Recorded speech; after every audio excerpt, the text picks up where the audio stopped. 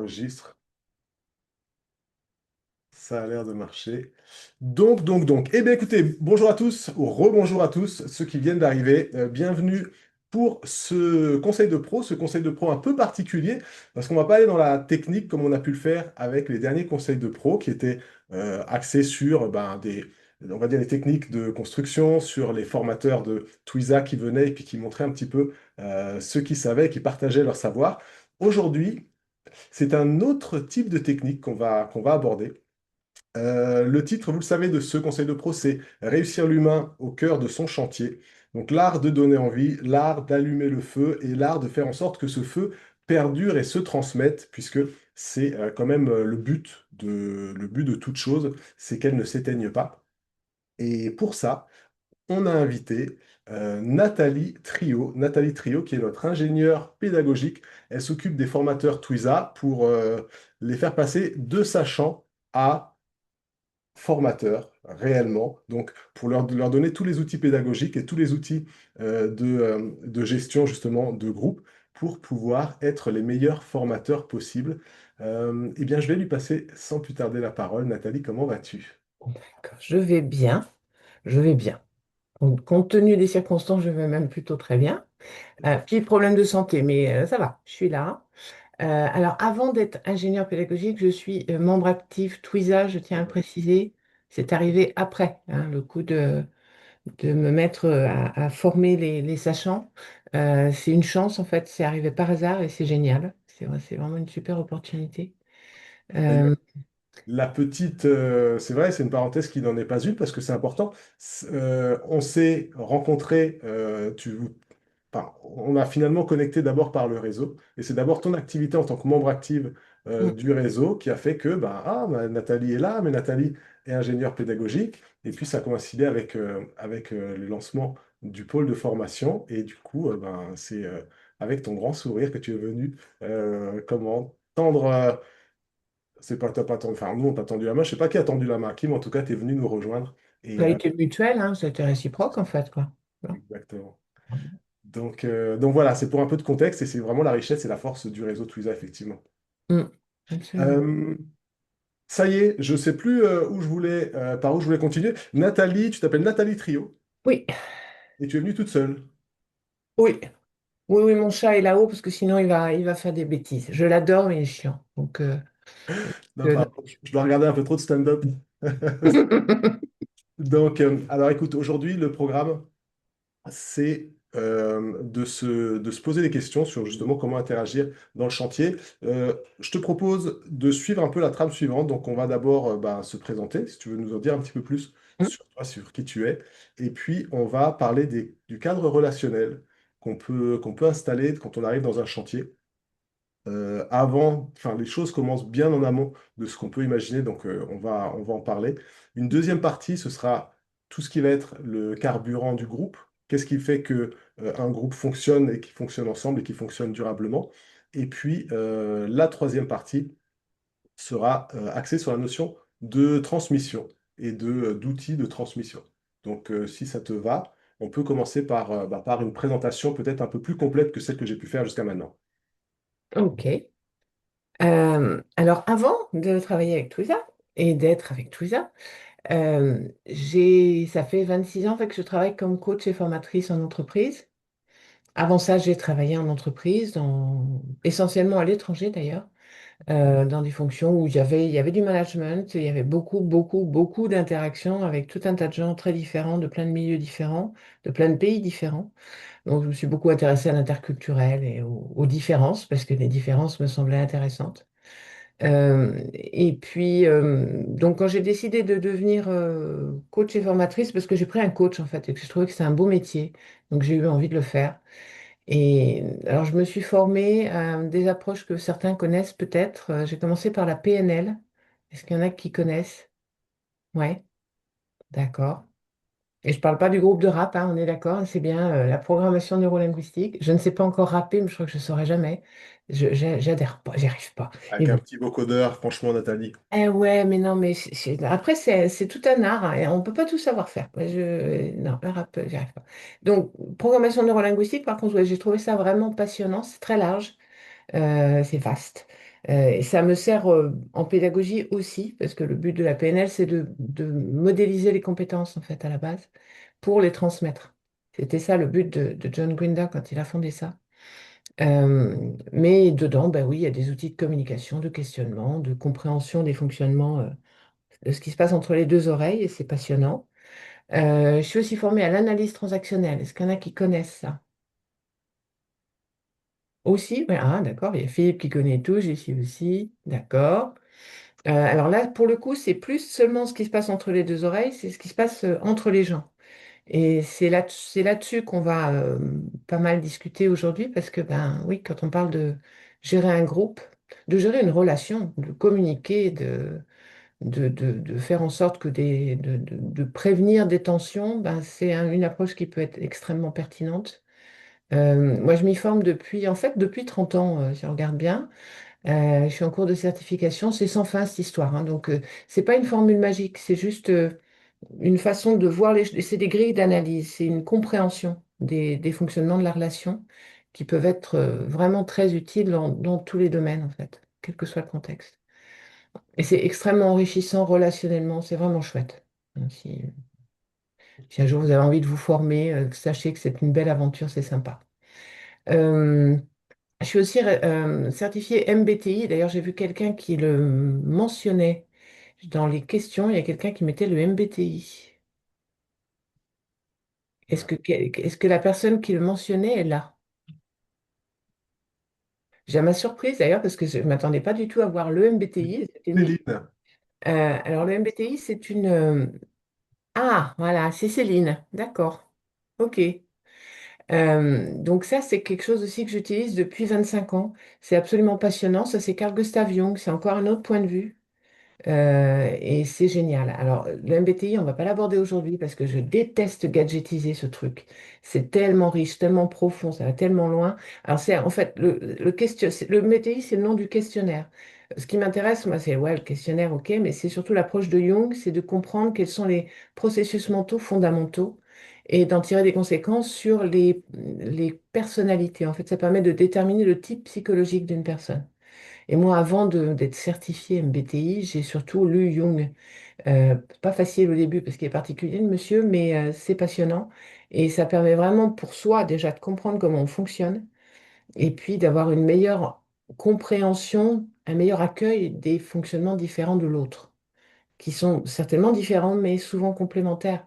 Même si, justement, parce qu'ils sont pas comme nous, ils nous enquiquinent et qu'ils devraient être comme nous. Mais oui, mais non. On s'ennuierait beaucoup si tout le monde était pareil, quoi. Et vraiment, la richesse des différences, je trouve ça génial. Autant en termes de processus mentaux qu'en termes de culture, qu'en termes de représentation du monde, c'est génial, quoi. Donc, voilà. Après, Ok. c'est pas facile. Par contre, oui, c'est pas facile, c'est complexe. Et Voilà. voilà, c'est ça. Mais c'est ça qui fait aussi que c'est intéressant, c'est-à-dire que si on Mm. devait toujours jouer pour gagner, ou enfin si on gagnait à chaque fois qu'on jouait, ou si on comprenait à chaque fois qu'on se posait une question, je crois qu'on arrêterait vite et de Mm. jouer et de réfléchir. Donc le but, enfin l'intérêt que tout le monde soit différent et que les choses ne soient pas faciles, Ouais. c'est ce qui donne aussi leur force et leur intérêt, encore une fois. Absolument. Donc Absolument. merci pour cette présentation. Ce que je propose maintenant, c'est que vous vous présentiez aussi à votre manière pas dans les commentaires, cette fois dans le sondage. On va essayer de voir un petit peu, parce qu'on s'adresse à différentes cibles, on va voir un petit peu où est-ce que vous vous placez et qui est-ce que vous êtes. Donc, est-ce que vous êtes plutôt un hôte de chantier participatif, vous en accueillez chez vous? Est-ce que vous êtes un bénévole, curieux d'apprendre ou de partager? Un professionnel qui accompagne ou accompagnateur, c'est-à-dire c'est l'un ou l'autre, ou bien simplement un curieux qui s'est trompé de salle Zoom et qui ne sait pas absolument pas ce qu'il est en train de faire ici. Je rigole, les curieux, bien sûr, c'est que c'est plutôt des personnes qui sont sans chantier, on va dire, immédiat. Donc voilà, voilà, répondez dans les commentaires, ça nous permet aussi d'ajuster et d'adapter comment on va dire, les ressources qu'on va partager un petit peu au profil que vous êtes. Donc merci de faire cela. Et puis, Nathalie, si tu veux, le temps que tout le monde clique sur le petit bouton, on peut commencer avec le cadre relationnel. Donc, est-ce que tu veux le définir? Je te laisse la main totalement, et puis si je peux intervenir ou s'il y a quoi que ce soit, je mettrai, je ferai un petit coucou. Je vais peut-être commencer par le pourquoi. C'est-à-dire que euh, quand on va se rendre sur un chantier participatif, quand on va se rendre à une formation, quand on va se rendre... Alors un webinaire, c'est peut-être un petit peu différent parce que les interactions sont beaucoup plus réduites, mais si vous allez avoir une réunion, ou quelle qu'elle soit, soit vous connaissez déjà les gens, soit vous ne connaissez pas. Supposons que vous ne connaissez pas. Hein, vous êtes Camille et vous partez pour la première fois sur un chantier participatif. Ben, avant même d'y être, avant même d'avoir pris les moyens de transport pour y aller, vous avez dans votre tête une représentation de comment ça va être, de qui est le leader. euh, Éventuellement, en fait, ce que vous voyez à ce moment-là, c'est il y a le leader, il y a vous et il y a les autres. Vous ne savez pas encore comment ça va se passer, d'accord? Mais vous avez ce qu'on appelle techniquement une imago provisoire. C'est-à-dire que vous essayez de vous représenter le groupe tel qu'il va être. Et surtout, comment vous allez pouvoir vous positionner là-dedans, notamment vis-à-vis du leader. Euh, donc, il y a un avant-cadre relationnel qui est le fameux coup de fil aux volontaires, aux bénévoles. En fait, c'est essentiel ce coup de fil parce que c'est le premier contact et c'est le premier moment où vous pouvez passer un contrat avec lui, un contrat relationnel. Et ça, pour lui, pour sa sécurité psychologique, c'est essentiel. Il a besoin de savoir, d'avoir un premier contact. Sinon, il va arriver. Ah, Carole est là. Salut, Carole. Il va arriver, il sera un peu en. Ben voilà, il sera dans l'inconnu total. Et pour sécuriser, l'inconnu total peut générer des comportements parfois assez étonnants. Surtout quand il s'agit d'un inconnu psychologique, un inconnu relationnel. Donc l'idée, c'est de lui donner des éléments pour que déjà il puisse commencer à se situer au moins par rapport à vous, quand c'est vous qui organisez le chantier. Donc passer un premier, on dit contrat en AT, hein, c'est vraiment en AT. Alors quand je dis AT, c'est pas arrêt de travail ni autre chose, c'est analyse transactionnelle, hein. Mais ouais, on parle de contrats, et en fait, des contrats, il y en a plein. Et il y a des contrats psychologiques, c'est-à-dire que c'est pas forcément toujours explicité, mais c'est essentiel au bon fonctionnement d'un groupe, en fait. Et l'idée, ça va être de l'expliciter. Mais la première étape d'explicitation du contrat, c'est avec la personne en individuel au téléphone avant le démarrage du chantier. Voilà. OK? Parce que ça va lui permettre de commencer à adapter son imago, mais il y aura encore toute une phase d'adaptation une fois qu'il va arriver sur place. Et là, une fois sur place, ben oui, ça sera mettre en place un cadre relationnel avec le groupe, c'est-à-dire lui et les autres. Ok. Et ça, on va en parler. Et je pense que là, le sondage est peut-être C'est ça, le bon. sondage, je pense que tout le monde a répondu ou à peu près. Donc pour l'instant, vous êtes une grande partie qui n'avait pas de projet particulier et qui êtes des curieux intéressés par le sujet. Ce qui est aussi très, je trouve ça très stimulant de se dire que c'est un sujet qui intéresse au-delà du chantier participatif et au-delà du besoin personnel ou plus ou moins immédiat de chacun. Donc merci d'être là à tous les 17 qui êtes dans la catégorie autre. Ensuite, on a les hôtes de chantier. Vous êtes 31%. On a les professionnels, vous êtes 12, vous êtes 25%. Et puis les bénévoles, vous êtes 8%. Alors, c'est aussi super parce que c'est vrai que c'est des sujets qui vont vous toucher plus directement, mais peut-être que ça dit aussi pas mal de choses sur la communication qu'on a faite. J'ai essayé d'inclure les bénévoles dans les communications pour qu'ils sentent qu'ils pourraient aussi profiter de ce conseil de pro. Alors, je ne sais pas si c'est lié à ça ou à autre chose. Mais en tout cas, voilà le résultat du sondage. Je peux l'arrêter maintenant. D'accord. Ok, apparemment, il y en a qui n'ont pas pu répondre au sondage, qui ne l'ont pas vu. Ah, Ouais. Alors, Perrine dit qu'elle est pro et qu'elle encadre des chantiers participatifs. Il y a Céline qui ne voit pas le sondage, ça va pas du tout. oui. Eh ben, ce sera malheureusement pour le prochain parce que j'ai appuyé sur le bouton. Euh, Ok. Enfin voilà, je ferai attention dans les commentaires pour le prochain sondage. Et j'ai aussi partagé dans les commentaires le replay du conseil de pro, parce que peut-être que certains d'entre vous allaient être tenus de nous quitter de manière anticipée. Donc vous savez que vous pouvez revoir les conseils de pro via ce replay, que ce soit celui-là ou que ce soit les autres conseils de pro qui parlent de toiture, qui parlent d'enduit, qui parlent de gestion humaine aussi avec les femmes bâtisseuses, par exemple. Voilà, gestion interpersonnelle. Et voilà. Je te laisse la main. Donc là, on a vu que le cadre relationnel se construisait déjà avant de se voir, si c'est possible, pour rassurer, pour mettre en condition. Et ensuite, comment est-ce que dans l'idéal, il faudrait développer cette relation. Euh, alors ensuite, il y a, et là je vais vous faire participer d'ailleurs, il y a quand, une fois que vous avez réuni votre équipe sur le... D'accord, je vois le sondage là. Une fois que vous avez réuni votre équipe sur le chantier, ben, la première chose à faire en fait, à part le bonjour, qui ne sert pas que à laisser arriver tout le monde, mais bien à accueillir la personne. Euh, et ben, il y a en effet créé ce contrat relationnel, ce cadre relationnel avec l'équipe. Euh, et le moment où on fait ça, c'est pas le leader qui arrive avec un tableau en disant, alors voilà les règles du sentier, c'est ça. Ça marche pas, hein.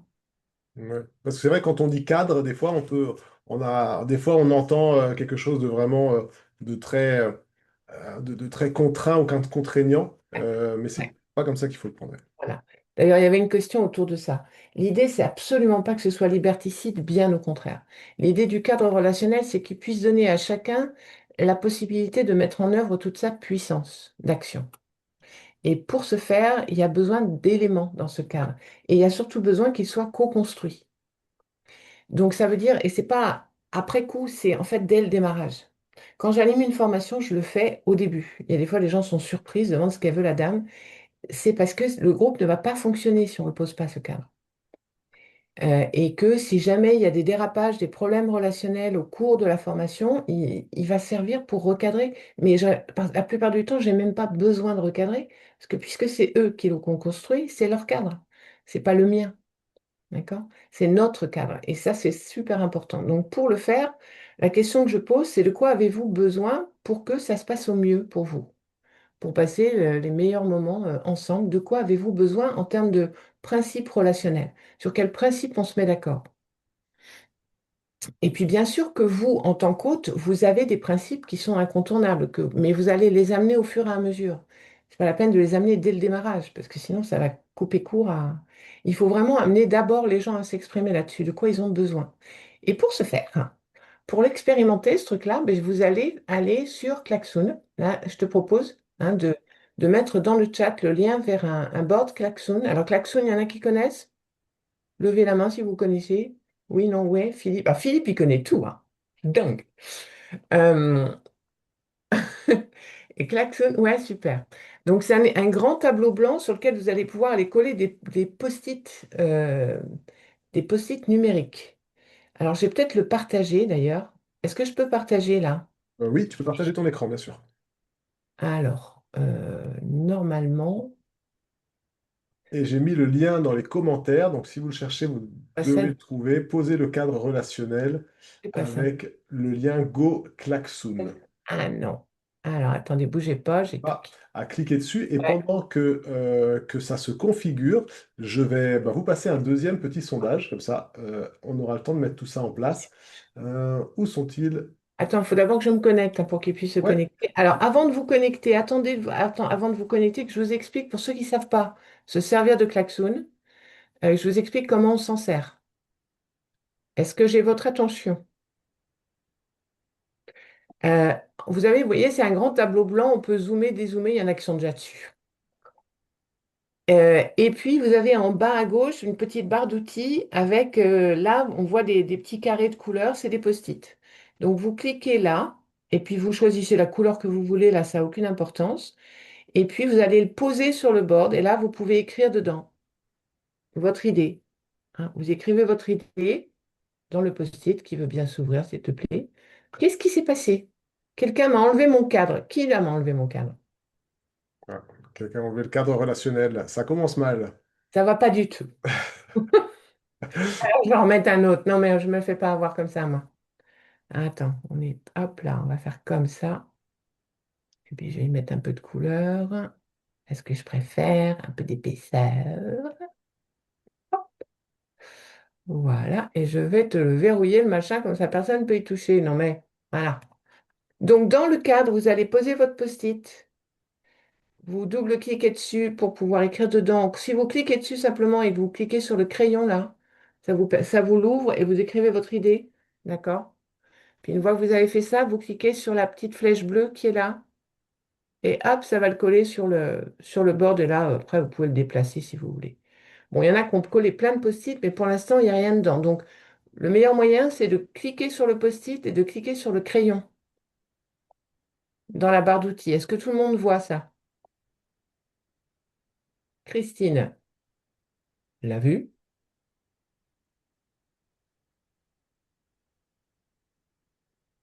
Bon, alors, il y a du monde, hein, mais pour l'instant, il n'y a pas. Donc, ma question, c'est, quand vous êtes dans un groupe, de quoi avez-vous besoin pour que ça se passe bien pour vous sentir à l'aise, pour vous sentir en sécurité et pouvoir donner le meilleur de vous-même?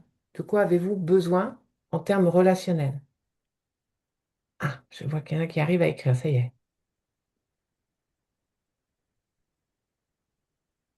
Hello, voilà, ouais, tout à fait.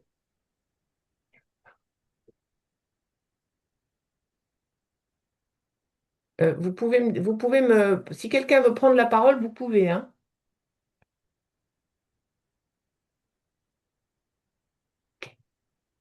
Là, je vois, j'aime être écoutée quand je prends la parole ou quand j'ai la parole. Tout à fait, donc l'écoute. Qu'est-ce qu'on a là? Les instructions claires. Ouais, tout à fait. Besoin de connaître les autres. Ah. Donc ça, alors là, ça oui, bien sûr, mais ça veut dire que pour connaître les autres, qu'est-ce que tu voudrais mettre en place comme principe relationnel? Le respect est intéressant. Quoi là? Ponctualité, oui. Alors ça, c'est important de le préciser quand pour vous c'est important dans un groupe, parce que c'est pas important pour tout le monde la ponctualité, et pour certains, ça peut vraiment être une source de stress. Donc c'est important de le préciser. Des sourires, des regards, ok, en effet. Qu'est-ce qu'on a là? Vision collective. Donc avoir un objectif collectif qui soit clair, c'est ça? Précisez-le, hein, si c'est ça.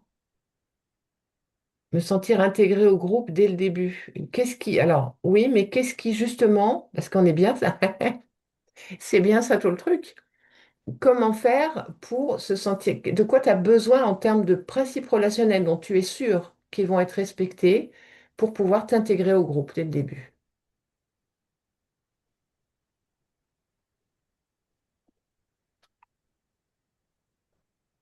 Parler des problèmes, des points de tension pour apporter des solutions. Donc la confrontation acceptée, en effet, ouais.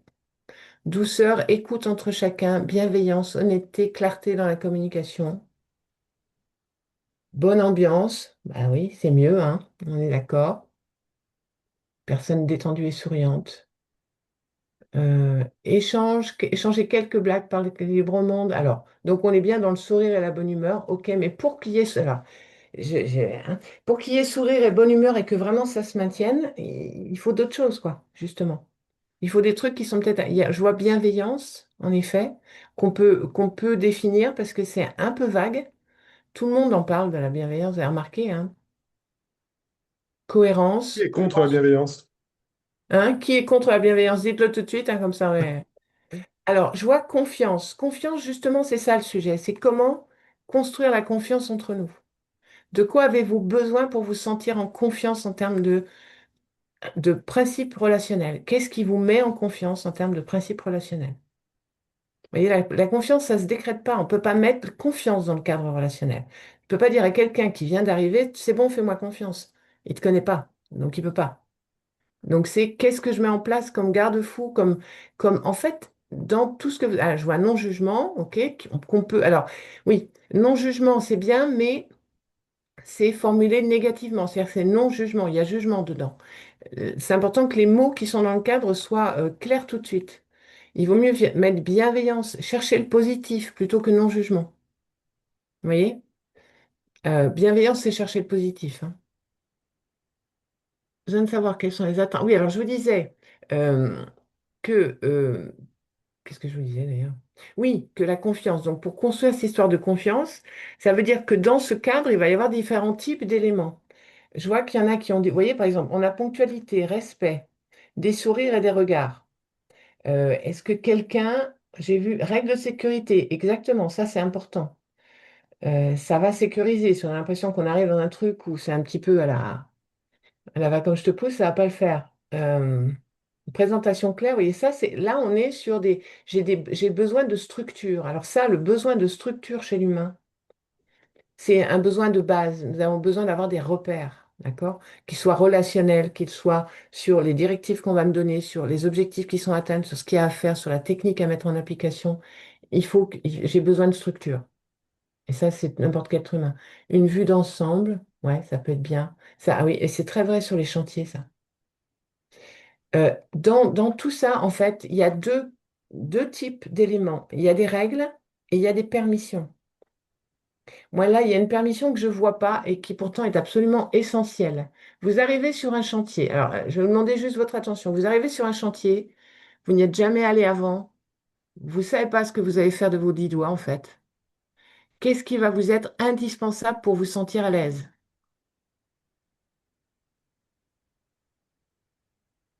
Je vous écoute. Qui est capable de me dire, je vois solidarité, c'est sympa, mais ça ne va pas suffire. Qu'est-ce qui va me permettre de me sentir vraiment à l'aise, même si je fais une connerie, je vais le dire, hein. Je ne le vois pas, hein, personne ne l'écrit, ça va pas du tout. Est-ce que quelqu'un, si oui, levez la main très fort, est-ce que quelqu'un a écrit le droit à l'erreur?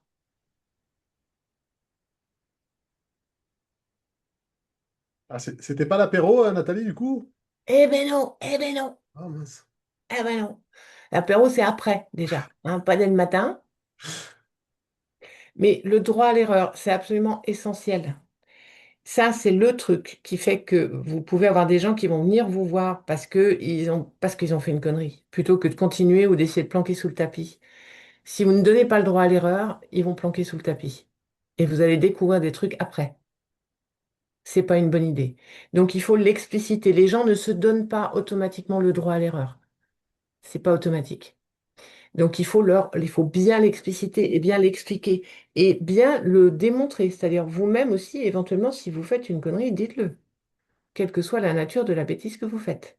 Parce que ça met en confiance aussi. Un leader qui est capable de dire, oui, bon, là, autant pour moi, c'était pas ça qu'il fallait faire, c'est important. Un autre truc qui est important aussi, et qui est vrai sur chantier, j'interviens aussi dans des boîtes qui font des chantiers, hein, du bâtiment et autres.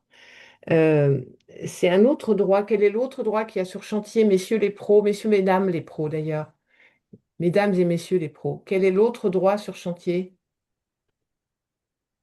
Je le veux en gros énorme au milieu, là. C'est quoi? C'est quoi? Je l'ai pas vu. Personne ne le fait. Ah, pas du tout. C'est intéressant hein, comme outil, ça, pour pouvoir justement émuler un peu. Ouais! Bravo, le droit de retrait. Yes! Absolument. Si une personne ne se sent pas en confiance, si elle a peur, si elle se sent pas à l'aise, elle a le droit de dire non, ça je préfère pas le faire. Et ça, c'est super important aussi. Alors, c'est complètement défendu par la loi. Enfin, c'est une évidence selon la loi, mais c'est vraiment important, ça. J'ai pas envie de monter sur l'échafaudage, j'y monte pas. Je me force pas à y aller. Il y a bien d'autres trucs que je vais pouvoir faire plutôt que de monter sur l'échafaudage. Et ça met en confiance. En fait, le truc qui est très marrant, c'est que moi, en formation, j'appelle ça le droit au stop, hein. Je dis aux gens, je peux pas vous... Le droit à la pause, et carrément. Alors, carrément. Mais ouais, en formation, je dis le droit au stop. C'est-à-dire que je peux pas obliger les gens à faire un exercice qu'ils souhaitent pas faire. D'accord? Et puis, je peux leur dire aussi, si vous évoquez des situations et puis que vous n'avez pas envie d'aller plus loin, vous dites, je m'arrête là et on s'arrête là. Je ne vous poserai pas d'autres questions. Et ça, ben, le fait de le dire, eh ben, ça détend tout de suite.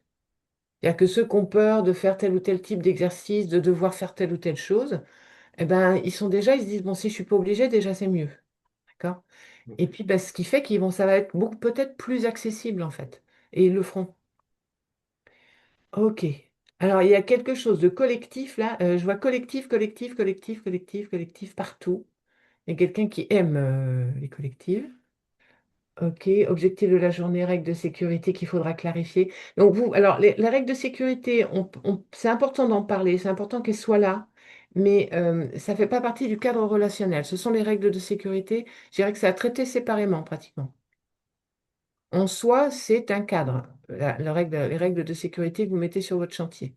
Et il faut en effet les communiquer après avoir fait le cadre relationnel. Quelles sont les règles de sécurité sur ce chantier?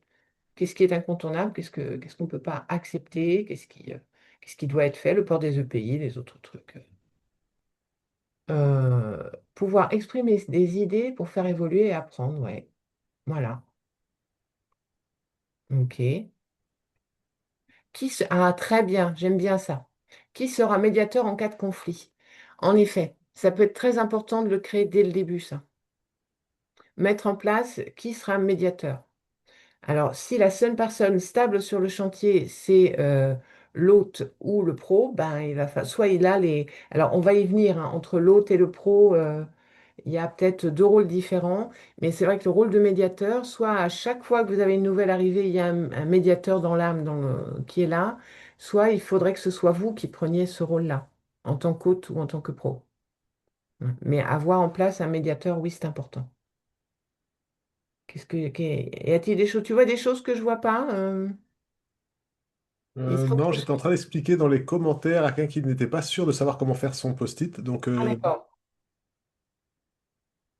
Euh, l'objectif de la journée, c'est vrai que moi aussi j'aime bien savoir ben, qu'est-ce qu'on attend de moi. ouais, tout à fait.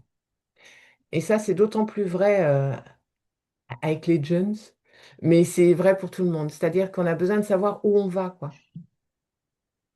Quel est le sens de mon action aussi, hein. Ça, c'est vrai. Moi, la plupart du temps, j'ai des chefs de chantier, des chefs d'équipe, des conducteurs de travaux, tous ces gens-là. Ouais, ce que j'essaye de leur communiquer, c'est donner du sens à l'action. Même si c'est une action qui en soi n'est pas passionnante, donnez-lui du sens. Pourquoi il faut le faire? Ça mène à quoi après? Si vous voulez que les gens s'impliquent, il faut qu'ils aient du sens, quoi. Notre cerveau a besoin de sens, hein.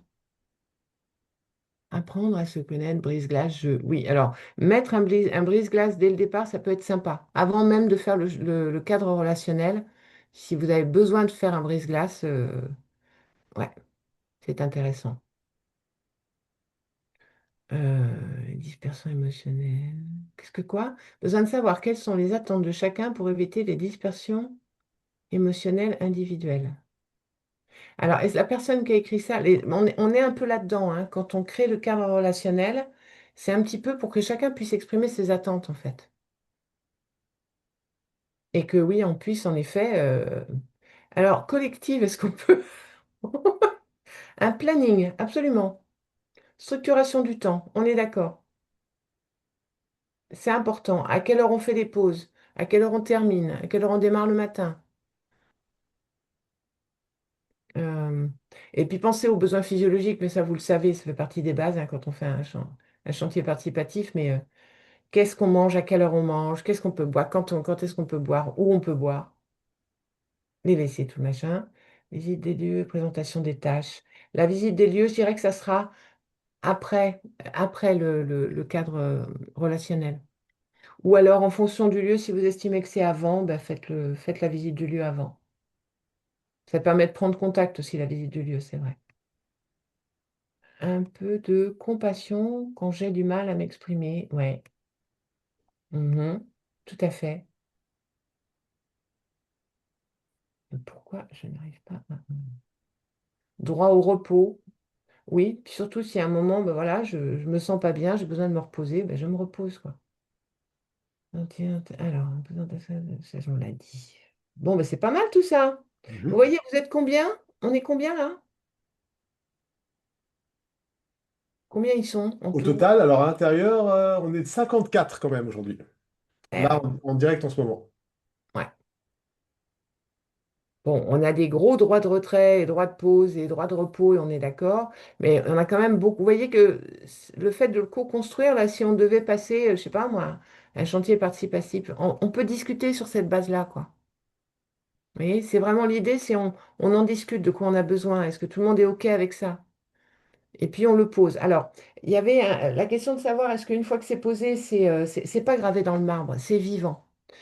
S'il faut ajouter des choses, on en ajoute au fur et à mesure. L'idée, c'est pas je le fais une fois avec un groupe de chantier et puis je l'affiche comme ça, c'est bon, c'est fait. Non, vous le faites à chaque fois qu'il y a des nouvelles arrivées en fait. Les nouveaux arrivés, vous pouvez vous leur présenter le cadre s'il existe déjà et vous leur demandez s'il y a tout ce qu'il lui faut dedans, s'il y a des choses qu'il faudrait ajouter pour lui. Et comme ça, il se sent intégré au truc. Mais c'est important de lui présenter le cadre déjà existant s'il arrive en cours de route et de lui proposer d'ajouter des trucs. Euh, et puis, ben oui, voilà, il faut que ça reste vivant. Il peut y avoir des permissions qui manquent. Vous voyez. Moi, j'ai eu ça une fois sur une formation. On avait pourtant fait un beau cadre relationnel. Puis en cours de formation, il y en a un qui a explosé. Il est parti en live. Grosse émotion, grosse colère qui est montée d'un coup sur quelque chose de relativement anodin pour les autres, mais pas pour lui. Et, euh, il a mis une onde de choc dans la salle. C'était impressionnant. C'est une armoire à glace en plus. J'ai fait une pause. Enfin, j'ai demandé, j'ai dit, on va faire la pause. Et je lui ai parlé à la pause et en discutant avec lui, j'ai compris qu'en fait, il avait besoin d'une permission supplémentaire, c'était de pouvoir sortir de la salle si jamais il se sentait trop fortement assailli par une émotion. Il fallait qu'il ait cette permission-là. Et il n'avait pas pensé à le dire parce que voilà, jamais il l'aurait demandé. Quand je lui ai dit, mais tu sais, tu peux t'autoriser à sortir de la salle. Il m'a dit, parce que c'est possible. Je dis, mais bien sûr que c'est possible.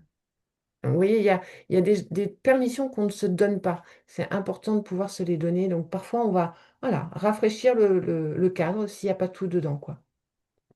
Ce que je ferai, c'est que tout ça, je vous l'enverrai. Hein, Ah, génial. Génial, d'accord? génial. Et ce que je propose, c'est que si vous avez appris quelque chose d'intéressant avec l'utilisation de cet outil et dans ce développement du cadre relationnel, mettez une petite émoticône à Nathalie. Donc laissez-lui savoir quand vous apprenez des choses qui vous enrichissent ou qui vous portent ou qui vous illuminent peut-être carrément. Voilà, ça fait toujours plaisir. Et j'avais un petit sondage peut-être pendant qu'on reprend la main pour faire la transition, puisque ça c'est vraiment le conseil de pro interactif aujourd'hui, vous avez compris qui concerne la clarté des attentes.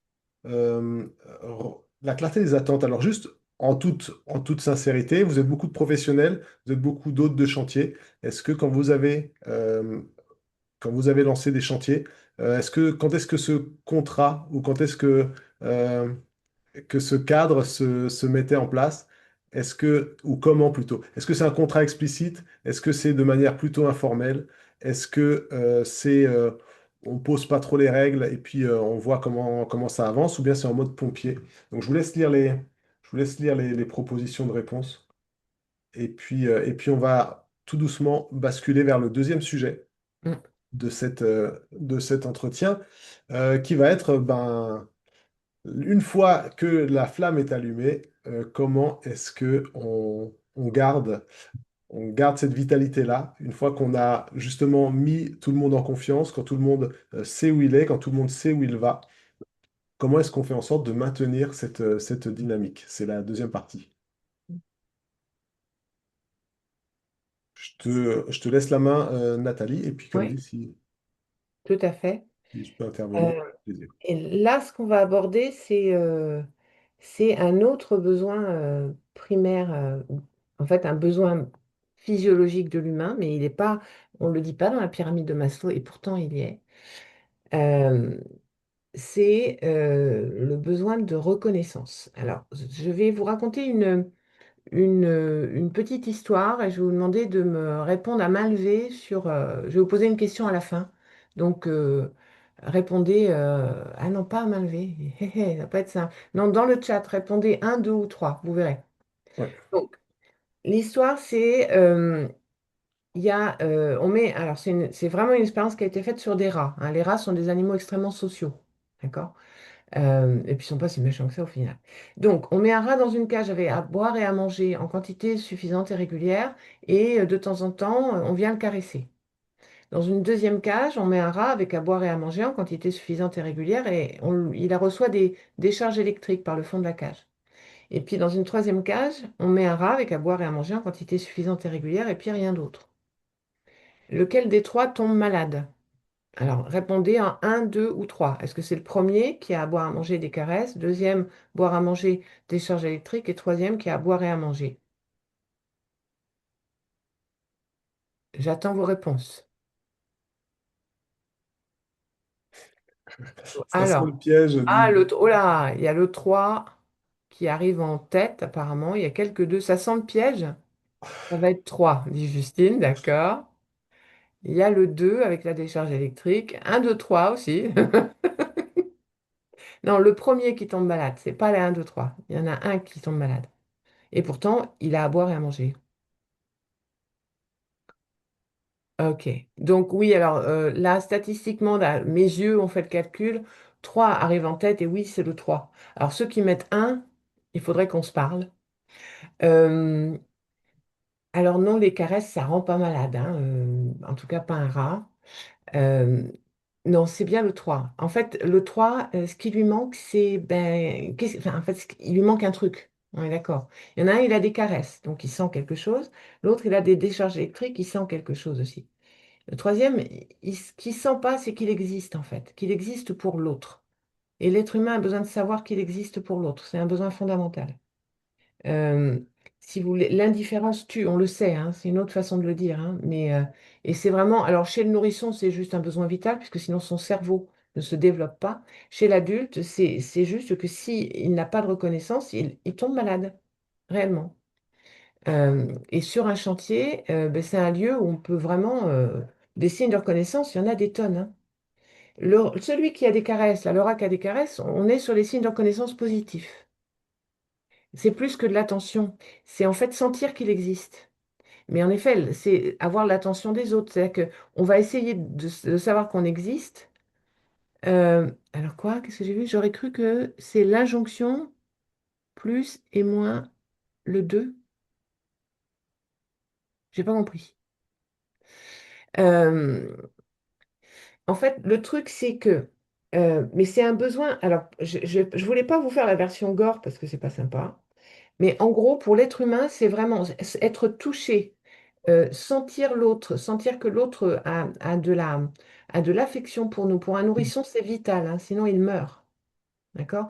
Et il ne développe pas son cerveau. Pour un adulte, c'est que ben, il va déprimer, et puis il va avoir le dos qui va se voûter, et puis il va se... ben, c'est juste une catastrophe. Ça le rend malade. Donc il a besoin de savoir qu'il existe, alors soit en positif, soit en négatif. S'il y en a qui ont des... Alors moi, même mon chat me fait ça. Si vous avez des enfants, vous rentrez à la maison le soir, après le boulot, d'accord? Et puis, il y a le petit qui vous sollicite. Et ben, vous n'êtes pas disponible. Des choses qui arrivent, ça. Euh, Qu'est-ce qu'il fait, le petit ou la petite, d'ailleurs? Qu'est-ce qu'il aura tendance à faire? Vous pouvez me répondre dans le chat, hein? Vous voulez, il va aller voir le chat. Il va faire une bêtise. Il y a des chances, exactement. Parce qu'il va vouloir attirer votre attention. Tout à fait. Parce que ce qu'il veut, lui, c'est de la reconnaissance. Il veut sentir qu'il existe pour vous, en positif ou en négatif, mais quelque chose. Et ben, en fait, l'être humain est comme ça, quoi. C'est comme ça qu'il fonctionne. Donc, autant s'assurer sur votre chantier qu'il y a une bonne distribution des signes de reconnaissance. C'est-à-dire que les gens, il y a échange. Il y a forcément échange de signes de reconnaissance. Les gens se parlent, hein. Ils se disent des choses, et puis ils se disent pas toujours les bonnes choses, d'ailleurs. Euh, et parfois, c'est pas forcément les bons signes de reconnaissance qui sont partagés. Ce Et qui peut... peut-être avant que tu partes sur les signes et la qualité des signes de reconnaissance, Ouais.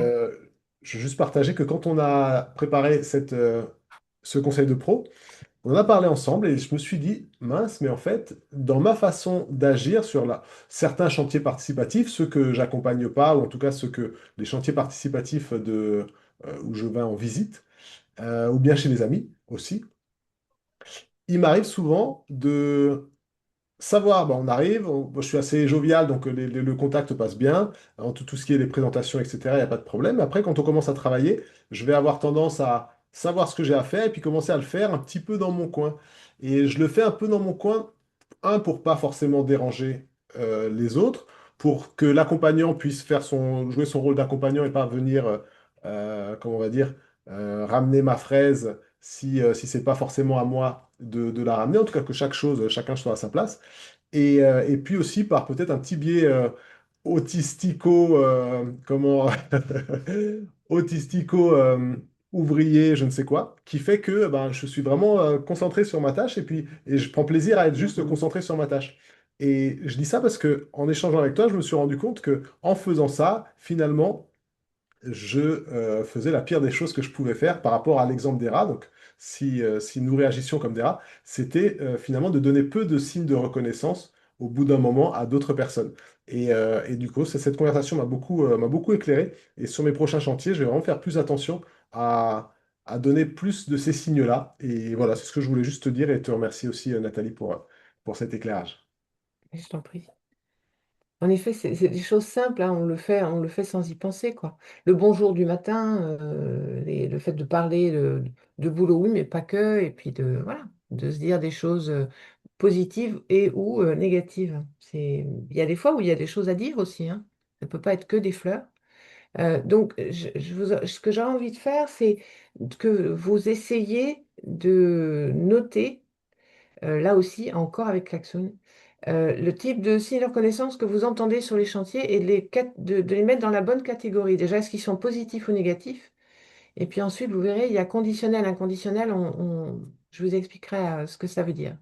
Ok, alors je vais partager le lien dans une seconde, mais j'en profite quand même, Nathalie, pour parler un peu de ce que tu fais et pour mettre en avant, s'il y a des personnes qui ont envie, peut-être de se mettre en contact avec toi pour un projet, si vous Ouais, avez une entreprise ou une association ou un groupe de personnes et que voilà, la co-création vous intéresse, la gestion de passages difficiles, voilà, je pense que c'est important.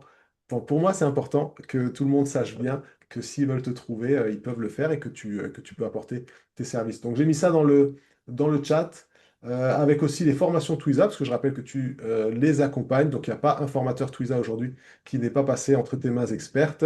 mm, Et voilà, donc si vous êtes intéressé par vous former, n'hésitez pas à le faire. Vous avez compris, c'est l'encart publicitaire.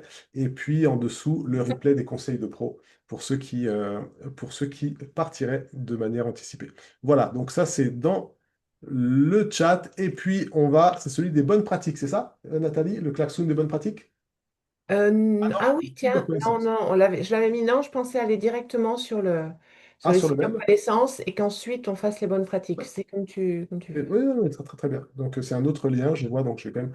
Donc, ça y est, le lien est partagé. Maintenant, vous savez créer des post-it. Si vous n'avez pas réussi à créer votre post-it tout à l'heure, mettez-le dans les commentaires. Et puis, je vais essayer de vous expliquer par texte, ou alors on peut l'expliquer aussi en vocal. Et je mets fin au sondage de tout à l'heure sur la clarté des attentes. Bon, bah, sans trop de surprises, vous êtes un public qui est quand même bien averti. Et puis. Plein de bienveillance et de bonnes manières dans le sens de Ouais, super. que voilà, donc le contrat est bien explicite pour 59% d'entre vous, un cadre informel, mais tout de même, on revient rapidement sur les points importants, c'est super. Voilà. Et puis, je retourne moi-même sur le klaxon aussi. Allez, c'est parti. Au revoir Nadia, merci.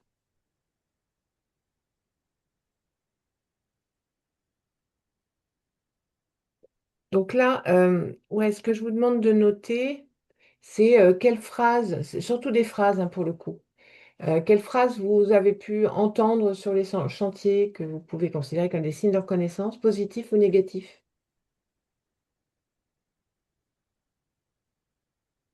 les choses qui sont dites par les uns ou les autres, par vous aussi peut-être des fois.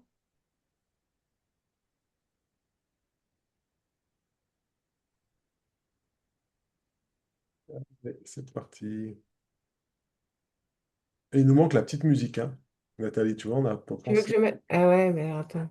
Moi j'ai de la musique, hein, mais c'est vrai qu'on devrait, hein. Mhm. On n'y avait pas pensé à ça, ah, pas du Et tout. voilà, c'est l'expérience qui frappe. T'as moyen d'en mettre de la petite musique ou... Je pourrais peut-être, mais j'ai peur que le son soit pas très bon, que ça passerait par le micro. D'accord, je vais Est-ce- tenter quelque chose. Ben oui, on a peut-être un musicien dans l'audience, une petite guitare. Euh, Alors, quelles sont les phrases de signes de reconnaissance qu'on a pu entendre sur les chantiers? alors, je vais partager. Ça commence à écrire.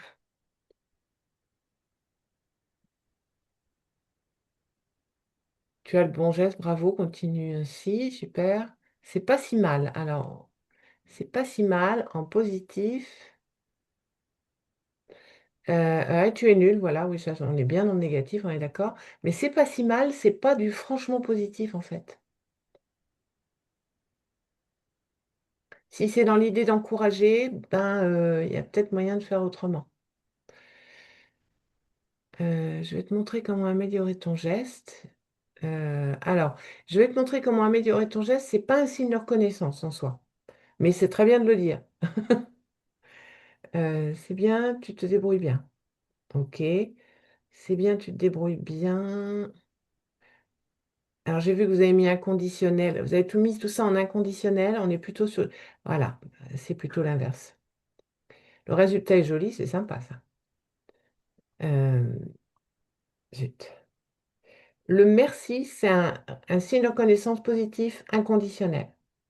Alors que je suis heureux de t'avoir dans notre compagnie également. Dans notre équipe, c'est également. Tu comprends vite, c'est aussi de l'inconditionnel. Je vais te montrer comment améliorer ton geste. C'est pas vraiment un signe de reconnaissance. Merci d'avoir pris le temps de venir. C'est conditionnel, tout à fait. C'est pas si mal. On va le mettre entre les deux parce que ça pourrait être mieux dit, mais bon. Tu as fait du bon travail. Conditionnel. Ah, super bonne idée.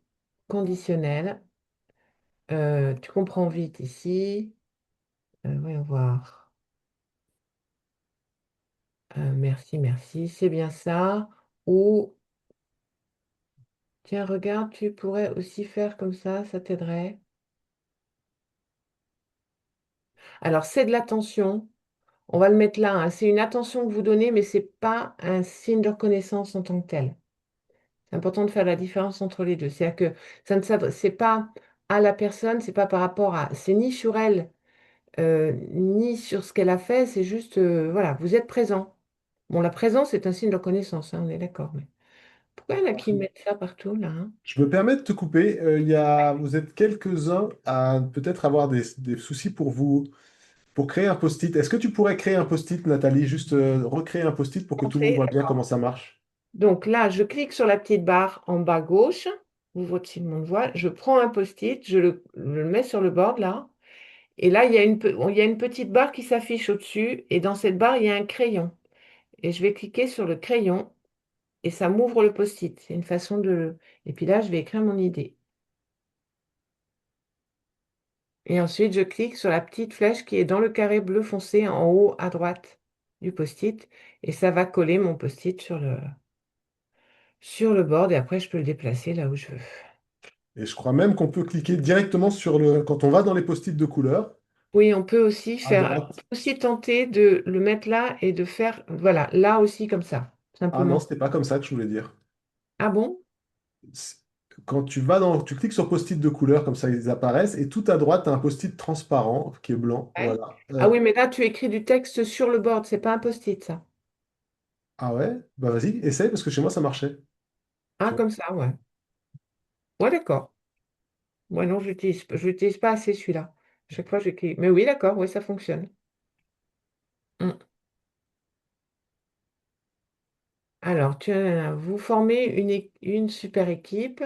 C'est le Yes. bon geste. C'est le bon geste, on est dans conditionnel. Je croyais qu'elle parlait de nous. Je sais que je peux compter sur toi, tu gères.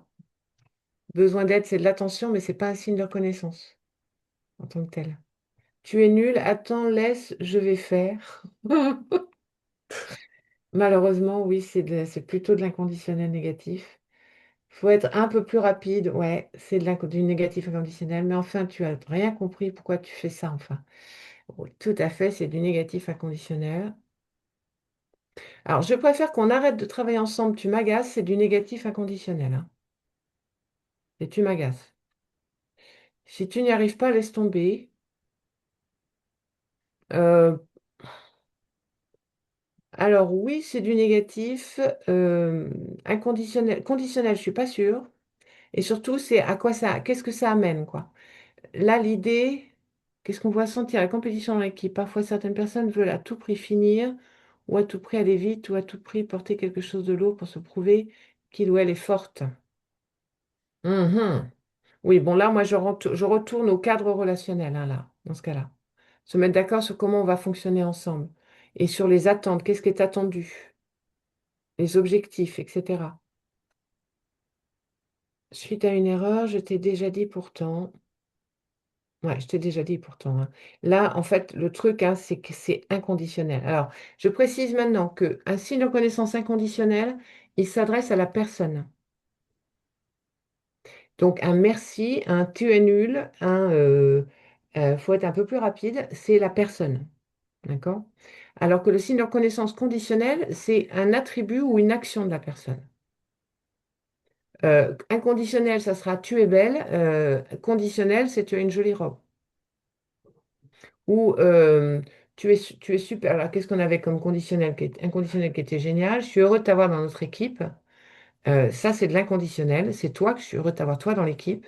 Et puis, tu as fait du bon boulot ou c'est bien, tu te débrouilles bien ou super bonne idée. Ça, c'est du conditionnel. Et c'est important quand on est leader sur un chantier de bien vérifier, de bien gérer quel type de signes de reconnaissance sont échangés. L'inconditionnel, c'est bien. Mais attention que ça passe pas du positif au négatif rapidement, quoi. C'est important qu'il y ait aussi du conditionnel et que les choses puissent être concrètes. On puisse se faire des retours sur ce qui est fait, sur ce que l'autre a fait, sur ses actions, et pas seulement sur ce qu'il est. Hein, d'accord? Et pour un leader, c'est important de bien vérifier l'équilibre.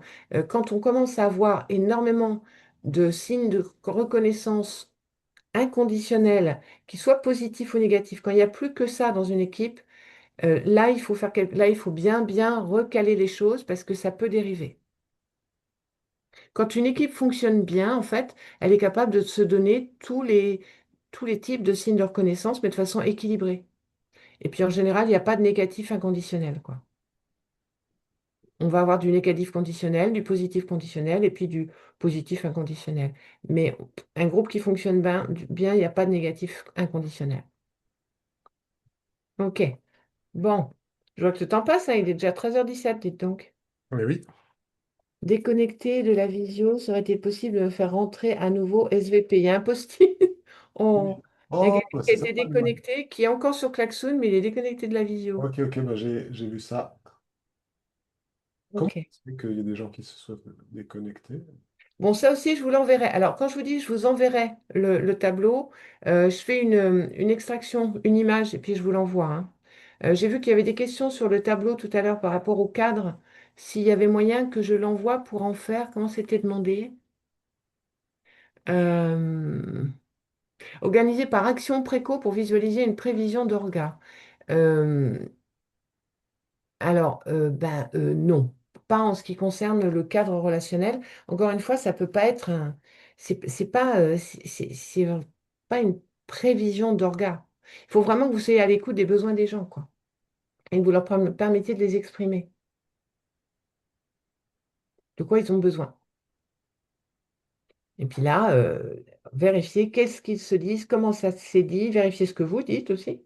S'il y a un pro sur le chantier, est-ce qu'il fait des bons petits signes de reconnaissance conditionnels, positifs et négatifs comme il faut, pour que les gens montent en compétence. En fait, le négatif et le positif conditionnel permettent de monter en compétence.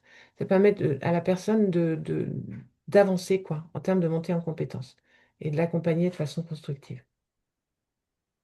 Ok, alors bon, on va finir sur les bonnes pratiques, si ça va à tout le monde. Finir, enfin moi je voulais faire aussi la transmission, mais je ne sais pas si on va avoir le temps là pour le coup. Hmm. Il va C'est toi peut-être qui falloir vois, qu'on en refasse un petit, hein. sinon on peut traiter les questions qui ont été posées justement sur la transmission, comme ça, Ouais, on rentrer dans comme tu le... veux, c'est toi qui dis là. Ah non, mais il n'y a pas il y a pas de limite particulière, Nathalie. Donc, vois comment tu peux amener les choses. Et puis, je pense que Alors, pour ceux qui sont en ligne et qui ont peut-être pas envie de passer, j'imagine, 3 heures sur la visio, on va pas faire durer éternellement. Mais ouais. dans tous les cas, voilà, essayons de- Alors, je vais faire un truc. Attends, on va parler un petit peu de la transmission. Je vais vous montrer quelques slides pour illustrer, parce qu'il y avait en effet pas mal de questions autour de ça. Donc, j'ai préparé quelques diapos de PowerPoint, mais bon, c'est vraiment, c'est des trucs de base, mais enfin de base. C'est des choses en fait que j'aborde quand je suis en entreprise, hein, pour être complètement sincère, parce que ben, il y a besoin. Alors, attendez, je vais vous le mettre en hop, hop, hop.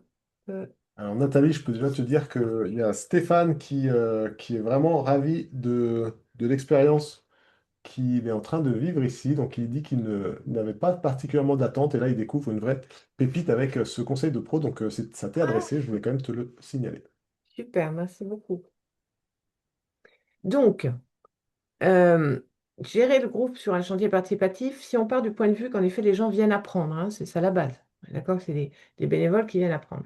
Donc, de quoi vous parlez? Et d'ailleurs, vous le mentionnez dans vos questions, hein. On parle de atteinte d'objectifs, qualification, compétences, capacités, comportement, contribution au chantier, à l'équipe, motivation. Alors j'ai fait exprès de mettre profil personnel de préférence. Ça c'est pour ceux qui aiment le MBTI, mais oui, la motivation c'est lié aussi à notre profil psychologique, hein. C'est de ça qu'on parle. Et de ça pour parler de résultats et de comportement. D'accord? Soyons clairs, hein. C'est un chantier, on veut des résultats, on n'est pas là juste pour transmettre. Donc, à la fois, on veut être pédagogue et on veut atteindre un résultat qui correspond aux attentes.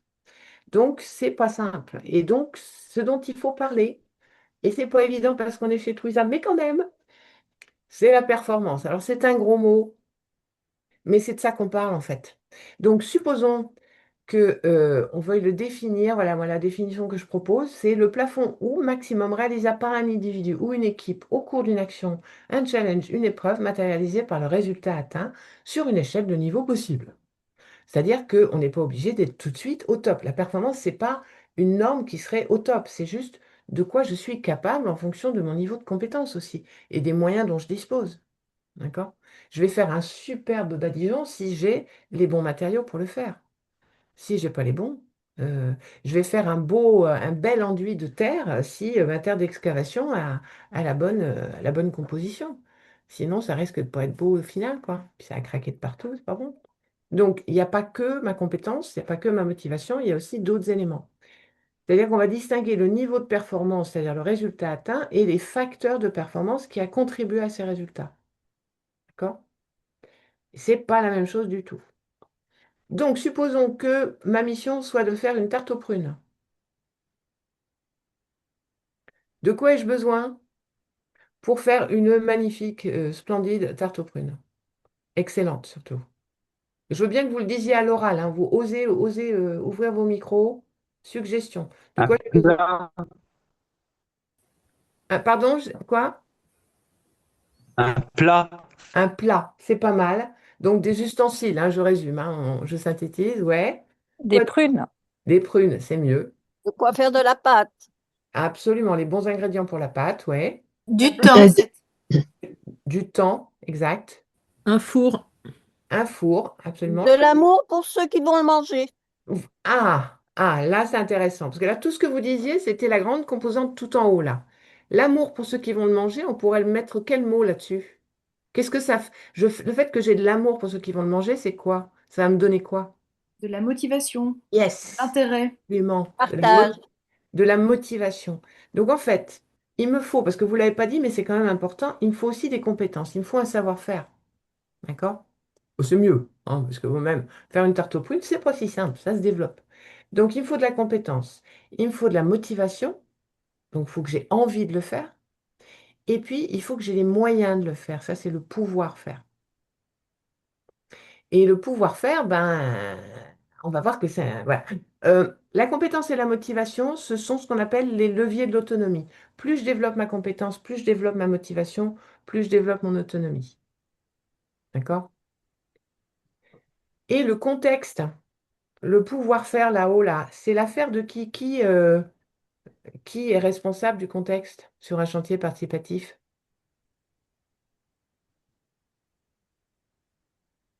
le leader. Ben, le leader, ouais, absolument. Soit c'est l'autre, soit c'est le pro, soit c'est les deux. Il peut y en avoir deux, on peut avoir un co-leadership. C'est lui qui va poser les éléments pour que ça se passe bien. Et à partir du contexte, il agit sur la compétence et la motivation, en fait. Et c'est vraiment essentiel. C'est-à-dire que la performance d'une personne sur un chantier ne dépend pas largement pas que d'elle, elle dépend de tout le reste aussi. Elle dépend de sa motivation. Et sa motivation, ben, ce qui va lui amener de la motivation, c'est avoir un cadre qui lui permette de se sentir en sécurité psychologique, de savoir comment il peut agir, de savoir qu'il a droit à l'erreur, que si, hein, tout ce qu'on a dit avant. Euh, et puis qu'il ait de la compétence, c'est-à-dire que ben, qu'on commence à lui donner quelques billes pour qu'il puisse avancer, hein. Donc peut-être qu'on va pas le laisser tout seul, qu'on peut le mettre avec quelqu'un qui a déjà des compétences. On va le mettre en binôme, mais on ne le laisse pas tout seul avec son truc parce qu'il ne va pas avancer. Euh, et puis, lui demander, alors un truc à faire aussi quand il arrive, c'est lui demander quel est son niveau de compétence, qu'est-ce qu'il a déjà fait. Ça peut faire partie du partage en début de chantier, mais faire un point sur le niveau de compétence de chacun. Et puis bah, après, bah, il y a le contexte que le leader va mettre en place pour pouvoir monter en compétence et continuer à se motiver. Et dans le contexte, alors là, je voulais représenter par une petite étoile, il y a tout ça. Et ça s'appelle de la complexité, en fait. Et quand on est leader sur un chantier participatif, il faut qu'on soit capable de coordonner tout ça. Ce qui n'est pas franchement la première évidence. Il y a le milieu, le site, la météo. C'est une évidence sur un chantier. Les délais, les procédures, si vous en mettez en place, les règles que vous mettez en place sur le chantier. L'esprit d'équipe, quel est l'esprit d'équipe? Ça joue largement sur la motivation. La cohérence entre les objectifs et le contexte. Est-ce que c'est réaliste? Est-ce que les moyens sont là? Etc.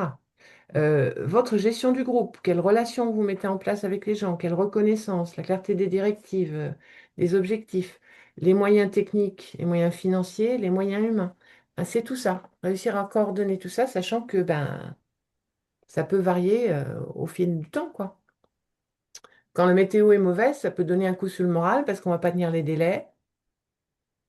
Et puis qu'éventuellement, il y a du matériel qui est gâché et que financièrement, ça ne nous arrange pas. Vous voyez? Tout ça, ça interagit, quoi. Y a pas on a les moyens techniques et financiers, mais on n'a pas les moyens humains, ben, voilà, tout ça ne fonctionne pas. Donc l'idée, c'est que quand on accueille quelqu'un sur un chantier, d'essayer de s'intéresser à son niveau d'autonomie. On a dit, hein, compétence et motivation, c'est les deux leviers de l'autonomie. Quand quelqu'un débarque sur un chantier, et ça, ce truc-là, je l'utilise avec les tuteurs, je l'utilise avec aussi avec les managers. C'est juste pour savoir quoi faire, quels sont les besoins des personnes à chaque étape de son évolution sur le chantier. Quand il débarque, il est ce qu'on appelle en autonomie très faible. Il est incompétent, il ne sait pas faire, hein. C'est pas mal, mais il ne sait pas faire. Et il est insécurisé et ou résistant. Mais ça, c'est pas forcément le cas. Mais au moins insécurisé, c'est-à-dire qu'il ne sait pas encore, quoi. Il est dans l'inconnu. Il y a beaucoup de choses inconnues. Donc, ce dont il a besoin à ce moment-là, ben, ça va être de structure, en fait. Donc, tout ce qu'on a dit, le cadre, les objectifs, qui soient au clair sur le planning, sur voilà, tout ce qui va donner du cadre, tout ce qui va lui donner des repères. Et puis, l'autre truc qui va être essentiel pour lui, parce que c'est un être humain, c'est le lien social, le lien humain. C'est ça qui va lui permettre de prendre confiance et de se lancer à faire. Mais au début, il va être plutôt dans l'observation, en fait. Il n'agit pas. D'accord?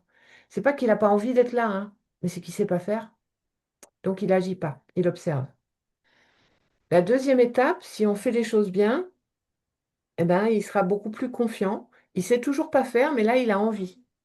Donc, il montre des signes d'avoir envie de faire, il pose des questions, et puis il va commencer à se lancer. Parce que ben, ça y est, c'est bon, il a pris contact avec une ou deux personnes dans le groupe, il commence à se sentir un peu plus à l'aise, il va oser y aller. Et le contact avec les personnes, c'est pas secondaire, c'est essentiel. Euh, une fois il va pratiquer, là, il va faire, etc. Puis au bout d'un moment, il sait faire, d'accord?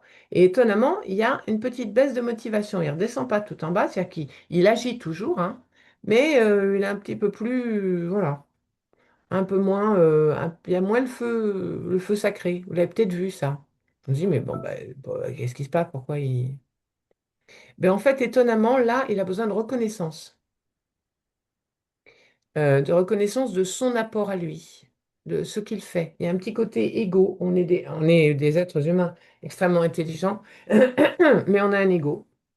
Et l'ego, ben, il a besoin de temps en temps de se sentir flatté. Alors, on n'est pas obligé de le flatter, mais au moins de lui faire des retours positifs sur ce qu'il fait, ça l'encourage en fait, hein. Et puis peut-être lui proposer un nouveau truc à apprendre. Parce qu'il y a aussi des gens qui s'ennuient vite, qui ont envie d'apprendre un nouveau truc. Euh, donc le mettre avec quelqu'un d'autre, sur un autre binôme pour faire autre chose, peut être une façon de le remotiver, de le remettre en, lui redonner de l'énergie. Et puis, bah, si on a bien fait les choses, au final, bah, c'est l'être suprême en autonomie forte, il fait tout seul. N'est-ce pas, Gauthier? Eh Il ben est oui. complètement autonome, il ne demande rien à personne, il résout les problèmes avant même que vous les ayez vus. Et il vient vous dire après, là, c'est le pied total. Oui. Mais ça veut dire qu'il est passé par toutes ces étapes et que vous l'avez accompagné pour qu'il passe par toutes ces étapes. Je vous enverrai si vous voulez, je pourrais vous mettre ça, mais là, c'est carrément avec les styles de management. Vous voyez. Ça, c'est juste un principe en management.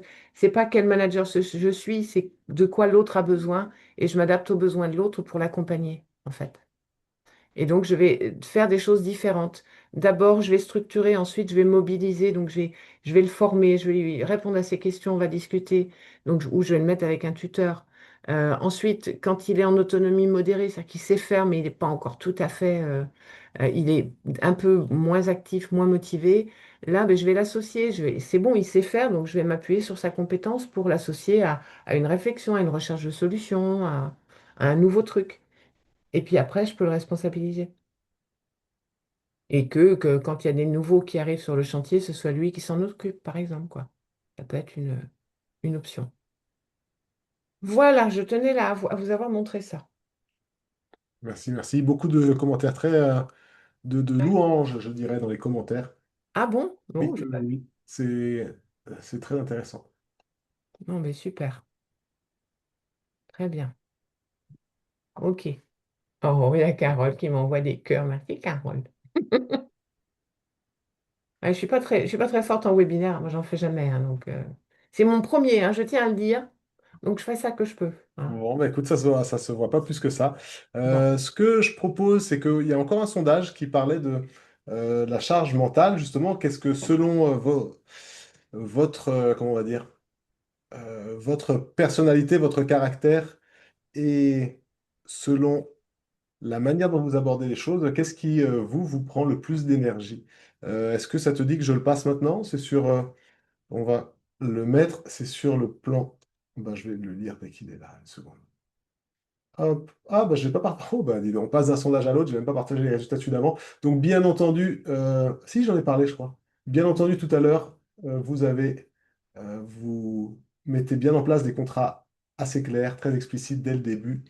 Et puis, vous attendez pas qu'il y ait le feu pour jouer les pompiers. Donc, ça, c'était sur le commentaire d'avant. Et sur le sondage, là, c'est la météo charge mentale. Comment on fait? Est-ce que vous le voyez ou il n'y a que moi qui le vois? Non, il n'y a que moi. Je crois qu'il n'y a que toi. Ouais, je me dis aussi. C'est étrange. On arrive donc toujours à ces moments un petit peu perturbants de début de fin de conseil de pro où les boutons ne marchent plus. Alors, c'est l'interface, tu sais. Ouais. Euh, C'est terrible. euh, lancer, mais pourquoi il veut pas le lancer? T'as transmis ton léger, allez, c'est pas de la fatigue, hein, c'est voilà, Fébrilité. voilà, à tes boutons. Eh, il veut vraiment pas, les amis. Il veut Ah, pas? Ah la vacherie, dis donc. T'es dans le stade et autonomie modérée. Oui, oui, oui. merci beaucoup. Il faut C'est il faut bon, c'est bon, c'est bon, j'ai réussi, j'ai réussi. très juste. Alors ouais, mais non, mais je trouve ça vachement bien parce qu'en fait, les gens, quand ils en sont là, ils peuvent sembler agaçants. Et en fait, on n'a pas envie de les valoriser. Or, c'est ça dont ils ont besoin. Mais souvent, ils peuvent. Vous voyez, c'est ceux qui commencent à même, ouais, bon, bof, ouais, je peux le faire, ouais. Ou non, j'ai piscine. Et justement, c'est eux qui ont besoin le plus de reconnaissance et qu'on valorise ce qu'ils savent faire. Donc il y a des fois où j'étais très bonne en autonomie modérée, hein, quand j'étais une peste. Enfin, je crois que c'était insupportable, quoi. Je devais être très très chiante. Ok, bah c'est bien, ça s'applique certainement aussi bah, à la famille, aux enfants, à toutes les relations interpersonnelles, hein, donc c'est très intéressant. Ouais. La question, je vous la lis quand même, en tant qu'organisateur ou encadrant, parce que vous êtes en majorité, Qu'est-ce qui absorbe le plus votre énergie sur un chantier? Donc, qu'est-ce qu'il faut gérer qui est le plus compliqué? Est-ce que c'est la posture de chef d'orchestre? Voilà, faire en sorte que tout aille comme il faut, où il faut, quand il faut. Est-ce que c'est la posture de gendarme de devoir un petit peu sévir, rappeler la règle parce que vous êtes peut-être un peu tatillon? Est-ce que c'est la posture de pédagogue, celle qui fait de vous quelqu'un qui a envie de transmettre et qui a envie de ne pas être oublié, ou de ne pas se perdre, enfin, de ce qu'ils disent ne se perdent pas, ou bien c'est la posture de garant technique, donc checker la qualité avant tout. Dites-nous vite dans le petit sondage qui est là. Et nous, on va passer pendant ce temps à la dernière partie de cet échange. Et vous verrez qu'il y a beaucoup de questions qui ont été posées en amont et qui ont été traitées finalement avec Nathalie qui a fait ça avec trio et avec brio, d'arriver à intégrer les questions, ou plutôt les réponses aux questions que vous posiez dans le déroulé qu'elle a déjà pu faire jusqu'à maintenant. Et là, on va passer, ben, on a déjà commencé, mais des degrés d'autonomie, de gestion et le bienfait. En fait, je vois qu'on a quand même déjà bien entamé ça. Ah, on ne t'entend plus, Nathalie. Alors, attends. Je vais te... je- Tu cherches un encouragement, c'est ça, Nathalie? Attends, je vais essayer de te remettre le son de moi. Ouais, d'accord, ok, c'est bon, j'ai rétabli le son. Je disais oui, non, on en a fait une bonne partie, en effet. Je Oui, disais que j'allais, tu vois, voilà, quand je te dis que je suis pas habituée, que j'allais regarder certaines questions, parce qu'il y avait des questions assez spécifiques. Alors, on avait comment gérer c'est plus entre leadership et autonomie, mais j'aime bien les semi-sachants, là. Mhm. Alors, je peux te la poser, la question, je dois l'avoir pas loin. Hmm. La gestion des semi-sachants qui tendent à remettre en cause les choix techniques, le leadership, etc. Donc, comment est-ce qu'on fait pour que ces personnes-là restent motivées et puis de ne pas les éteindre devant tout le monde si des fois ils se trompaient?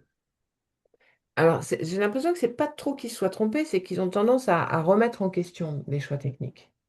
Donc là, ce que ça semble être, après, j'ai pas la recette, hein, chaque cas va être, faut aussi être un peu plus d'éléments pour pouvoir répondre. Mais là, moi, je sens un besoin de reconnaissance dans ce truc-là. Ils ont besoin d'être reconnus pour ce qu'ils peuvent apporter. Donc ça veut dire peut-être qu'il faut aménager un moment où il y a un échange là-dessus, quoi. C'est-à-dire faire quelque chose où on associe ceux dont on sent qu'ils ont un peu, peut-être un petit peu plus de connaissances que les autres à ça, qu'est-ce que tu en penses? Et en fait, plutôt que qu'ils remettent en cause, pourquoi pas les associer à un échange et puis voir si dans ce qu'ils proposent, il y aurait des trucs qui peuvent être intéressants, quoi. Ça prend du temps, on est d'accord, mais l'humain prend du temps.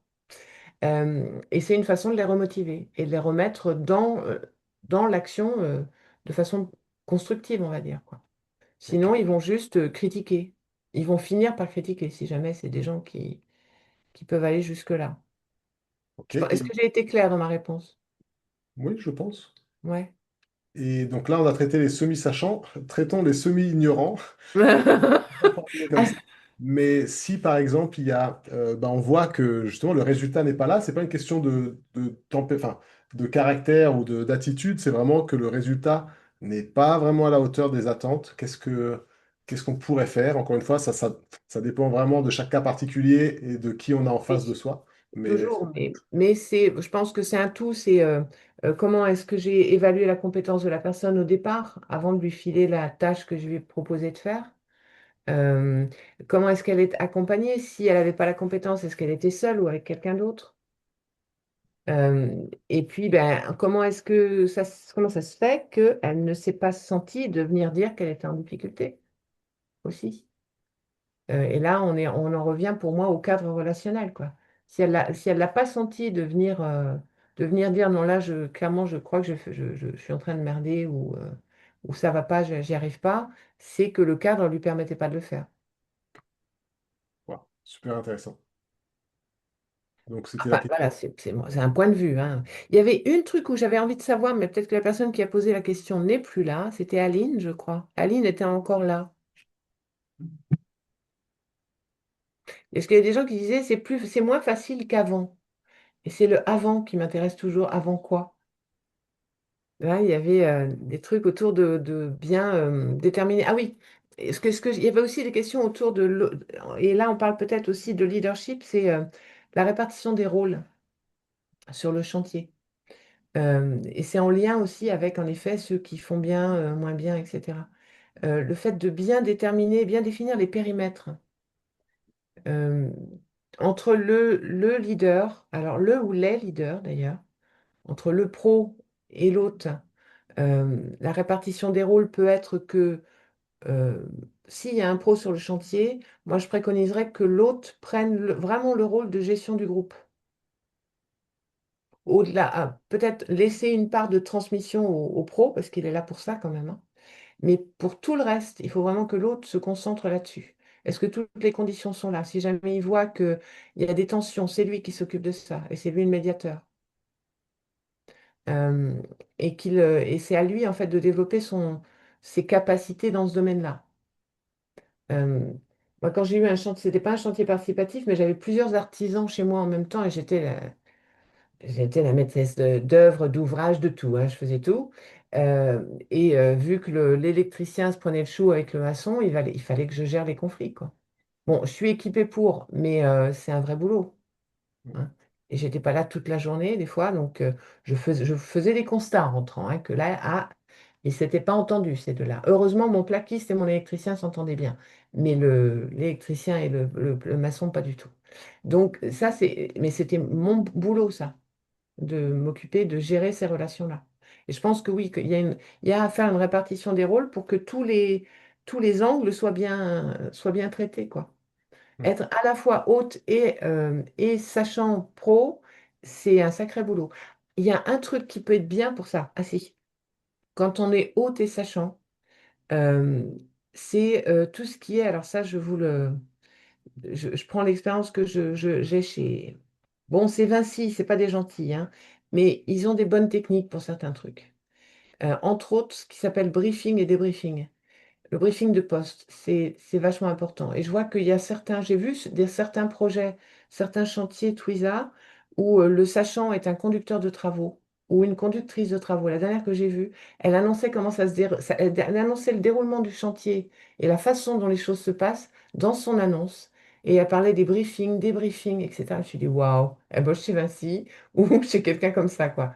Mais en effet, c'est une bonne façon de prendre la température du groupe. Le briefing, c'est ça, quoi. C'est comment vous allez ce matin, on discute, et puis on met en place qui va bosser sur quoi, on en discute aussi, et puis on met les objectifs, éventuellement s'il y a des choses à afficher pour qu'il y ait des directives qui restent toute la journée visibles pour que les gens puissent y retourner, on les affiche, il y a un lieu pour ça. Vous voyez, ça, c'est des techniques qui peuvent permettre aussi d'éviter qu'il y ait de la perte d'informations au fil de la journée, quoi, par exemple, et donc une moins bonne qualité de travail. Ok. Voilà, enfin, j'ai des idées comme ça un peu. Et il y a aussi une question qui était intéressante d'Evelyne qui disait bah, quand c'est finalement le maître d'ouvrage ou l'accompagnant qui, lui, à cause des pressions de budget, à cause des pressions de temps, ça pousse un peu à des solutions radicales ou des raccourcis, Ouais, ce qui ne, comment on va dire, ce qui n'apporte rien à l'ambiance. non. Est-ce que tu as quelque chose à suggérer? Mais ben non. Malheureusement, non. Parce que ça, c'est des contraintes sur les autres chantiers, les chantiers classiques, hein. Ils ont ces contraintes tous les jours. C'est ça le problème. Donc, en effet, c'est assez maltraitant pour tout le monde, quoi. Et il faut juste réussir à s'en protéger dans la mesure du possible. Donc, après, c'est de la négociation, quoi, pour réussir à aménager du temps. Parce que c'est pas possible. On peut pas faire bien vite. C'est pas vrai, quoi. Et en plus, c'est démotivant. C'est-à-dire que c'est le meilleur moyen pour démotiver tout le monde et avoir un résultat très moyen. Mhm. Voilà. Donc non. En fait, je cherche même pas à solutionner ça. Je suis contre. Pardon, mais c'est un peu ça l'idée, quoi. Parce que c'est pas possible, quoi. Faut pas. Alors, on a la réponse de. Bah, c'est bien, dis donc, Ouais. c'est très partagé. Alors oui, c'est assez équilibré. Donc entre la posture de chef d'orchestre, la posture de gendarme Et la posture de pédagogue, c'est ce qui prend le plus d'énergie en règle générale, un peu moins pour ce qui est de l'inspection technique Ouais, en général. ouais, Et, ouais, ouais. et alors, on a entendu des choses super intéressantes aujourd'hui. C'est compliqué d'apprendre durablement, ou en tout cas moi, souvent, je me fais émerveiller par une information. Et puis 2 jours après, c'est plus compliqué de la retrouver. Est-ce que tu aurais des suggestions de livres ou d'auteurs qui t'ont inspiré dans ta démarche et que tu pourrais partager? C'est Hans qui demande ça et c'est une très bonne question. LR. Alors, ça ne sera pas forcément des livres qui s'appliquent directement au chantier, hein, soyons clairs, mais sur la gestion de l'humain, euh, il y en a plein, en fait. Mais un qui soit concret, qui vous donne pas mal de billes sur tout ce qui va être. Alors, c'est vraiment pour celui qui va mener le chantier, hein, c'est vraiment pour les autres, les pros, etc., en tenant compte de la dimension humaine, en fait. Ça s'appelle Manager avec l'analyse transactionnelle. Je ne sais pas si vous le voyez à l'envers, forcément, ouais, c'est super. Vous le voyez à l'envers ou à l'endroit? Non, c'est bon pour moi. Ouais. C'est de Corinne Laurier. C'est ma formatrice et ma superviseuse en analyse transactionnelle. Elle est excellente, cette femme. Et c'est vraiment dans l'idée d'être dans la dimension humaine en permanence, en fait, quoi. Oui, on va piloter une équipe, on va piloter un chantier, et puis ben, on va mettre un maximum dans l'humain, parce que ben, sans l'humain, le chantier, il avance pas, en fait. Aussi bête que ça.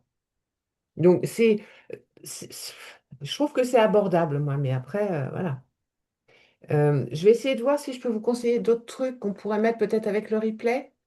Oui, sans problème, tu me diras. Moi, je le mettrai dans le forum. Donc, pour rappel, le Mais, replay sera visible dans le forum. Je vais mettre le lien tout de suite.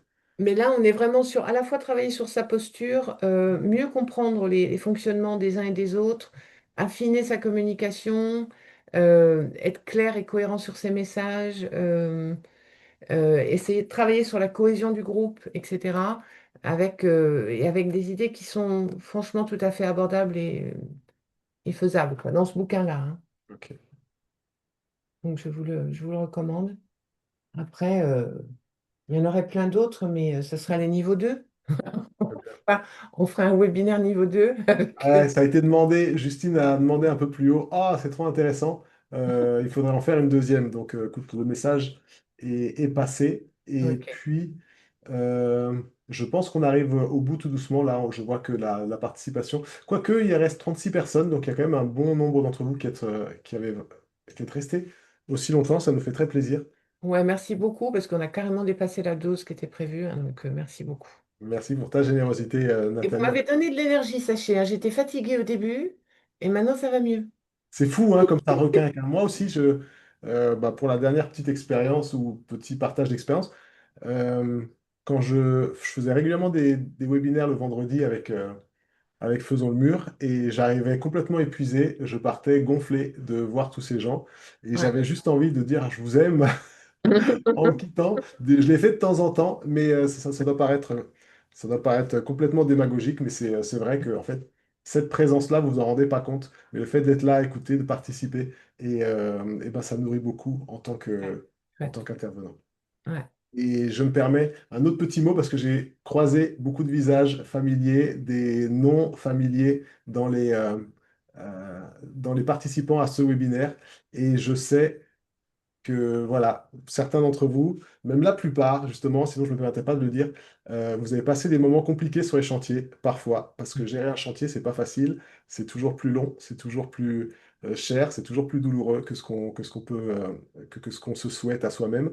Et, euh, et voilà, il n'y a pas de conseil magique à donner ici pour terminer, mais juste vous dire que vous n'êtes pas tout seul parce que je pense que c'est quand même très couru ce genre de situation. Il y a le forum Twiza qui est là si des fois vous avez besoin d'un petit échange, si vous avez besoin ah, de vous évader. Il y a aussi les rencontres qu'on essaie de faire en local, donc pour un petit peu plus s'implanter dans le territoire. Mm. Et puis pour éviter que trop d'entre vous se sentent tout seuls. Donc voilà, il n'y a aucune raison de vous sentir tout seul. on essaie de mettre en place les outils pour que ce ne soit pas le cas. Bon, blablabla, vous avez compris. En tout cas, prenez soin de vous. Moi, je vous aime, et c'est vrai, Nathalie aussi, je t'aime. Voilà, bah écoute, il fallait quand même que je trouve une opportunité de te le dire. Et puis, je pense que c'est. Je te laisserai le mot de la fin, Nathalie. Oh, Et oh, je n'avais pas prévu. J'ai pas de mot de la fin. Je ne sais pas faire, moi, ça. Pas du tout, du tout. Euh, si, ben, alors, c'était vraiment une nouvelle expérience pour moi parce que j'avais jamais fait ce genre de truc. C'est très impressionnant d'avoir autant de monde et silencieux. Donc, j'ai pas pu, j'ai craqué. Il fallait que je vous fasse participer. J'ai besoin d'être en interaction avec les autres, moi. Donc, alors, j'ai beaucoup aimé l'expérience. Ça sera avec plaisir que je le referai. Et puis, ben, s'il y a des cas particuliers où je peux vous aider, ça sera aussi avec grand plaisir. Je crois que tu vas laisser des coordonnées pour pouvoir me contacter, mais ouais, ça m'intéresse tout ça parce que ben, tout ce que vous faites et tout ce mouvement me plaît beaucoup et j'ai envie d'y contribuer à ma mesure. Je suis une petite bricoleuse, je suis un peu meilleure en humain. Voilà. Donc, tu es une si je peux bricoleuse d'humain. contribuer, ce sera avec plaisir. Ouais. Eh bien, merci beaucoup, Nathalie. Et encore une fois, merci à tous ceux qui ont été là aujourd'hui. On se retrouve bientôt. Je vous enverrai le replay par email et puis vous avez le lien là. Nathalie peut s'occuper aussi de rejoindre vos groupes, vos associations, votre entreprise pour apporter sa patte magique et puis son expérience surtout. Donc voilà, c'est très dur de dire au revoir. Ouais, pas facile. Au revoir. Je ne suis Au plus là. revoir.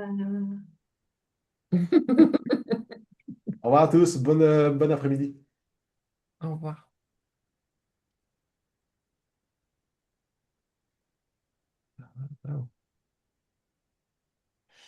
Et pendant que tout le monde se déconnecte, eh ben, je te dis au revoir aussi, Nathalie. Ouais. Et un merci. Ben, merci à toi. C'était chouette. Ouais, C'était on se reparle bientôt. Ouais, on fait ça. Salut, Bon appétit. toi aussi.